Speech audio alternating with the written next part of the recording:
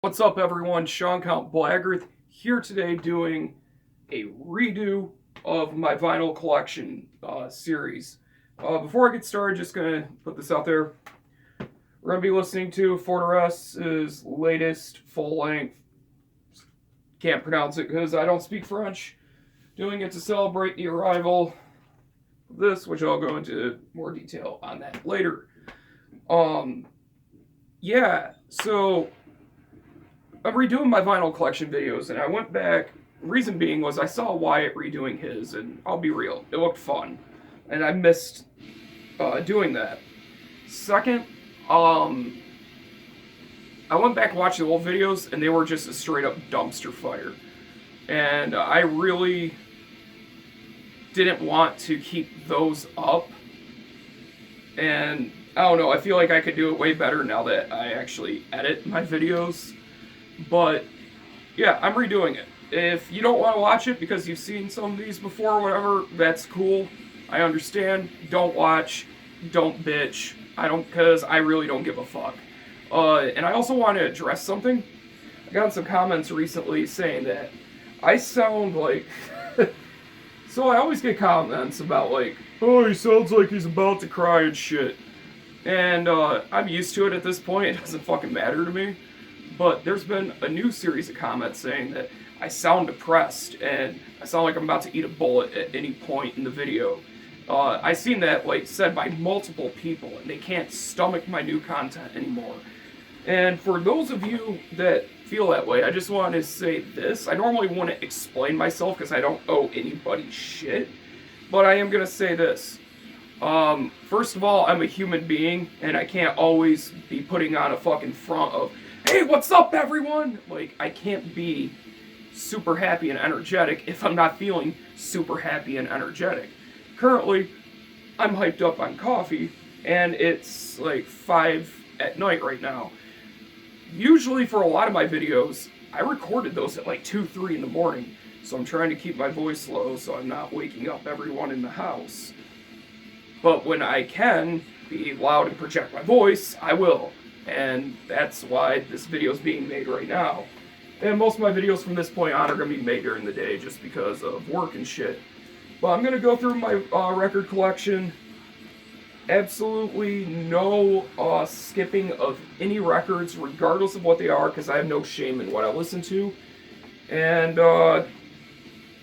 yeah, we're going to start off with A, we're going to end with Z. I'm only going to bust out maybe 10 records for this, so strap in. And the first record I'm going to show, Aboram, Psycho Grotesque. Aboram is a Norwegian black industrial project featuring Bard Faust of Emperor on drums. And also going to put this out there, it's very weird that people give Varg so much shit, yet Faust killed a gay dude and everybody gives him a free pass because Emperor. Anyways, I just don't give a fuck either way. But yeah, this album's pretty cool. I got it in a season miss grab bag. I'm not super into industrial music, and especially unless your band name is Mysticum or Ipathos, I really don't care for black industrial too much. But this is pretty cool from time to time. Sadly, Attila Shahar is not on this particular record, but it's still enjoyable nonetheless. I don't know. It's nothing I go back to. And this one is just on black vinyl, nothing special. But check out Aboram if it sounds interesting to you. It's definitely... I don't think it's as good as Mysticum's Streams of Inferno, which I think is the greatest black industrial album ever made. But it's still enjoyable for what it is, so check it out if you're interested. Next record, this is Abominator with Evil Proclaimed. Abominator, black and death metal, kind of war metal, blasphemy worship, basically, from Australia. And I got this from Caleb a while back when he sent me that massive fucking package. You're insane, dude.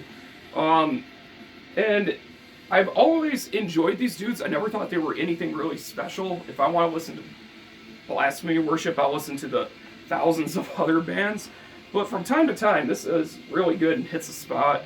It has a bit of a thrash metal vibe to it, a little bit of sarcophago as well, which is nice to hear, but most bands have that as well.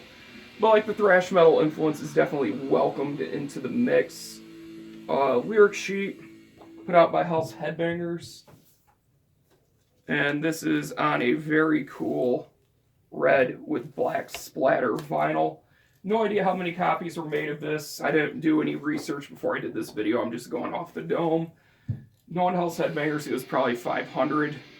So it should be relatively easy to get and probably not that rare. So this sounds like something you'd be interested in. Check it out.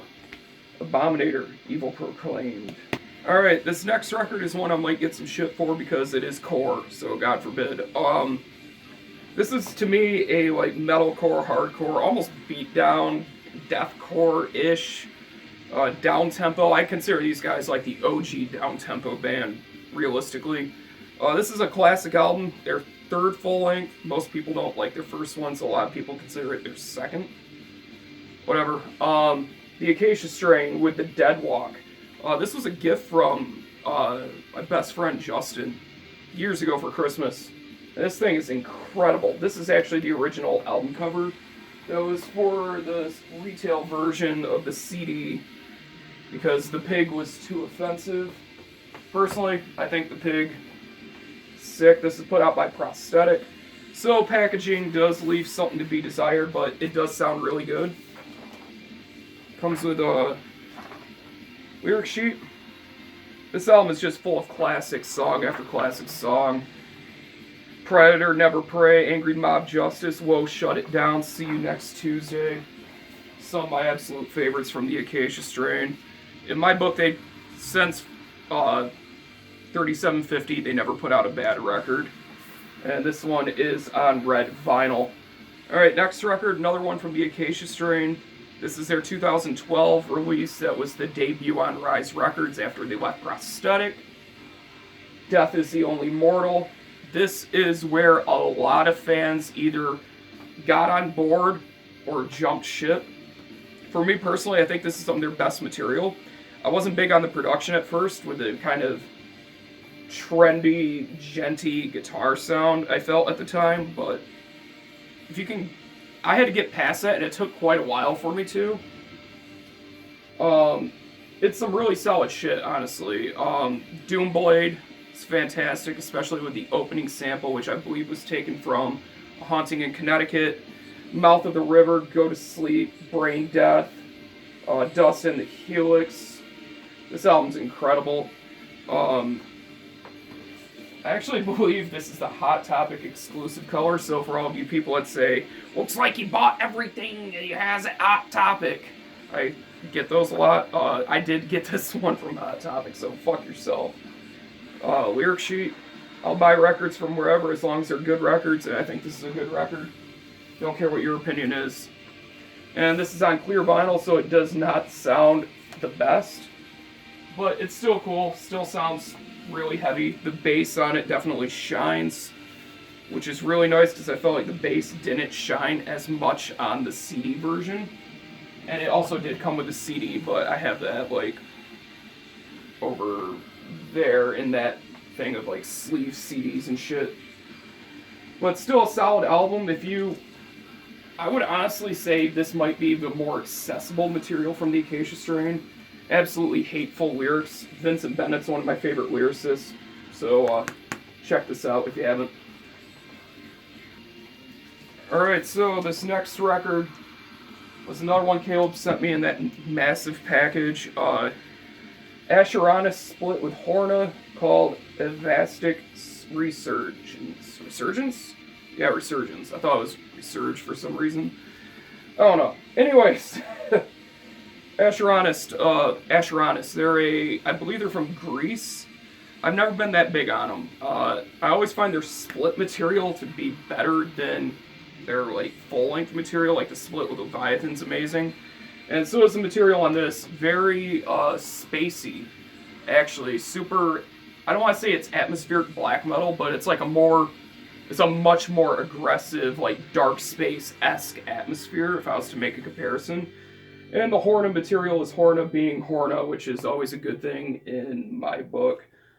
I did not care for Horna for many years, actually. I always thought they were just another run-of-the-mill black metal band from Finland. I always thought shit like the Hexen and especially Sargeist were better, but Horna riffs, and they riff hard. And just on black vinyl. Center labels are nothing really that fancy, but I'm going to show it to you anyway. But yeah, that's the Vastic Resurgence from Asheronus and Horna. The Horna side is my personal favorite, but that's because I'm not the biggest Asheronus fan, but check it out, still worth picking up. Alright, up next is an EP, far from my favorite material, but it's still really cool. This is Acid Witch, Midnight Movies. Really cool EP, I love the spot gloss on it. Back cover. What this is like Acid Witch gone hair metal. It's basically covers of songs of like the cheesy 80s like hair metal songs from old like 80s horror movies. I could not tell you what movies some of these were from, but it's still really cool. It's a fun listen from time to time. I do have Witchtanic Hallucinations and Stoned on cassette, but this was a gift back in 2016 from my buddy Justin once again. If you see this video, thank you so much, dude. Cool little lyric sheet, and the vinyl itself is really dope. On red, gold merge. But yeah, check out Acid Witch.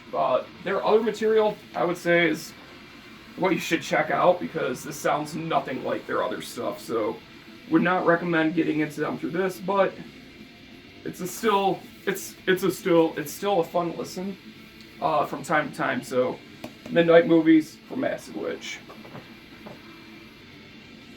Alright, so this next one, not a hell of a lot to show this one, and I don't really have much to say because it's still a good record to me, but I just barely play this. This is Burning for the Ancient by Adhira, or Adhira. Addaurda. So, Adhira? I don't know why I said Adhira. Adhira? I don't fucking know. This is just basically Cascadian black metal. Wants to be Wolves in the Throne Room, wants to be fucking Alda, but can't match the majesty of those bands, in my opinion. It was really cheap, put out by Creation Records, just on fucking black vinyl. Cool center labels. I haven't spun this in so long just because there are bands that do this sound way better in my book. Well, I got it from Hell's Headbangers for dirt cheap, so it was worth it, I guess. I don't know. No, I will not sell it.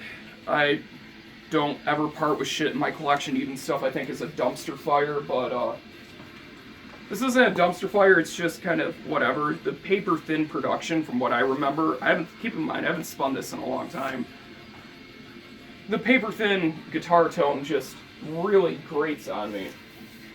But there's that. Next up, this is another one sent to me by Caleb. Advent, Pain and Suffering. The Advent are a kind of a crusty, much more rooted in hardcore though, but some crust punk influence. Hardcore band from North Carolina. Super heavy, super aggressive shit. I really like this EP a lot. 4 tracks, just super aggressive, violent sounding hardcore. Comes with this printed inner sleeve. And if I'm going to listen to hardcore, you bet your ass it's going to be heavy and aggressive. Because I can't stand, like, this is going to get me a lot of shit, but I hate Black Flag and I hate Minor Threat and I never understood Bad Brains. I just don't like punk for the most part. I like some punk bands, but I like just the more heavier side of hardcore because it's closer to what I like. So there's that. It comes on clear vinyl, like that really hazy clear, almost Coke bottle, I guess you could call it. But really solid shit. Thanks for sending this, Caleb. I really enjoy it. And check out Advent. I'll have a link down below for them. So, yeah, Advent, Pain and Suffering. Alright, second to last record I'm going to show. I'm only going to do 10 because that rant at the beginning took up a lot of time. Hip-hop. Aesop Rock, The Impossible Kid. This is one of my favorite albums of all time at this point. Came out in 2016, and I spin this still on a near daily basis. I bought the CD when it came out, and then I picked up the vinyl not long after. This thing is just absolutely phenomenal, man. The production on it is incredible. I love the beats. I love the sound of Aesop's voice. His flow, in my opinion, is just unmatched. He's not like one of those hyper-fast rappers that are cool, but they feel gimmicky.